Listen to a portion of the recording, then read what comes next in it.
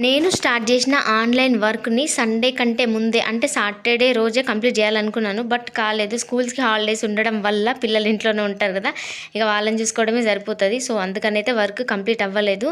ఎలాగైనా ఈ Sunday complete చేయాలి, లేకపోతే అలాగే పెండింగ్ పడిపోతుంది అనమాట. అందుకని అంత ఎర్లీ మార్నింగ్ లేచి అయితే స్టార్ట్ చేసినాను. అంటే 2 hours చేసిన, 6:30 వరకు చేసిన. ఇంకా 6:30 నుంచి మళ్ళీ డైలీ రొటీన్ అనేది స్టార్ట్ అవ్వాలి కదా. సో అందుకని అప్పటి వరకే ఆపేసి మళ్ళీ అప్పటి నుంచి ఇంకా పనులు అయితే స్టార్ట్ చేసిన. 6:30 అయింది, అయినా కూడా చీకటి ఉన్నది, ఫుల్ చలి పెడుతుంది. అందుకే స్వెటర్లోనే ఉండిపోయినాను. పొద్దున నైట్ ఎట్లనే ఉంటా స్వెటర్లో. చూసిరా, చీపురు కట్టలతో స్టార్ట్ అవ్వాలి మన పనులు, ఎప్పుడైనా మనది అదే పని కదా. సో అప్పటి నుంచి మళ్ళీ 7:20 వరకు అయితే నా పనులు చేసిన అనమాట. అంటే పొద్దున్నే చేసే పనులన్నీ చేసినాను. ఇంట్లో బయటలో ఊడవడము, చల్లడము, తుడవడము, ఇంకా ముగ్గులు వేయడము, ఇంకా ఎక్స్ట్రా పనులు అనమాట. నా ముందు వీడియోలు చూస్తే ఇవన్నీ అర్థమవుతాయి. ఇంట్రెస్ట్ ఉంటే వెళ్ళి చూడండి.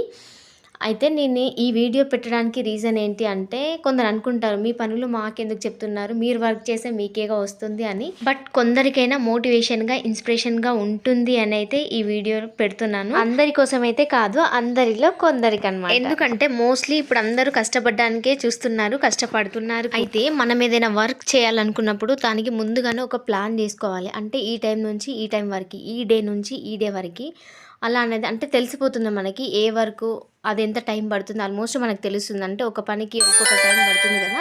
సో అలా మనకి తెలుస్తుంది కాబట్టి దానికి ముందుగానే ప్లాన్ చేసుకోవాలి. ప్లాన్ చేసుకోగానే సరిపోదు, దాన్ని ఇంప్లిమెంట్ చేయడానికి మనం కష్టపడాలి. అంటే ఎంత కష్టపడితే ఎంతలా అయిపోతుంది, అంటే ఎంత ఇన్వెస్ట్మెంట్ పెడితే ఎంతవరకు కంప్లీట్ అవుతుందని మనకి ముందుగానే తెలుస్తుంది కదా. సో అట్లా ప్లాన్ చేసుకున్న దాన్ని ఇంప్లిమెంట్ చేయడానికి ట్రై చేయాలి.